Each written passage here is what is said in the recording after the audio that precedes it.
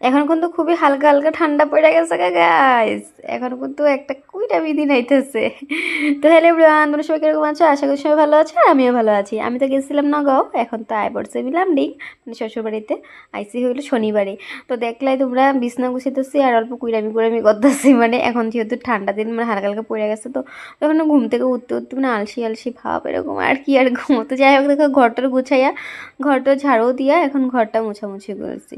আর হ্যাঁ, যেরকম ঘুরতে যাইবা, ঘুরতে যেতে খুবই মজা লাগে, ভাল লাগে। কিন্তু কাপড় ভইরা যে ব্যাগ ভইরা যে কাপড়গুলো নিতে লাগবো, সুন্দরভাবে নিয়ে গা তখন আয়া তো ধুইতে লাগে ব্যাগ ভইরা কাপড়গুলা। তো যাই হোক না, আমার কিন্তু মা হেল্প করে। আমি একলা অত করলে কাপড় ধুই না, মাও আমার লগে হেল্প করে দেয়। তো দেখতেই পারছো মাও হেল্প করতেছে, আমি এদিকে ধোয়াধুয়ি করতেছি। কিন্তু দেখো কতদিন ধরে, কয়েকদিন ধরে মেঘলা মেঘলা দিন, ওয়েদারটা কিন্তু খুবই খারাপ, একদমই রৌদ্র নাই, হালকা হালকা বৃষ্টি বৃষ্টি। এত কাপড় ধোয়া হয়েছে, কখন যে শুকাইবো ভগবান জানে। আর আমি তো ব্যাগ ভরা কাপড় নিয়ে নিলে আবার আমার সময় যে আয়া যে কতগুলো কাপড় ধুইতে লাগে। যেহেতু আমার বাসাতে জায়গা আছে, শুকায় যায়, কিন্তু রোদ্দুর দিলে একদিনে কাপড় শুকায় যায়, রোদ্দুরটা না থাকলে মানে প্রবলেম হয়ে যায়। তো এদিকে দেখো চান টান করে দেখো আমি চুলগুলো আশ্রয় লিতেছি। আর চুলগুলো দেখে এত মনটা খারাপ হয়ে যায়, খালি চুল আশ্রয় চুল পড়ে।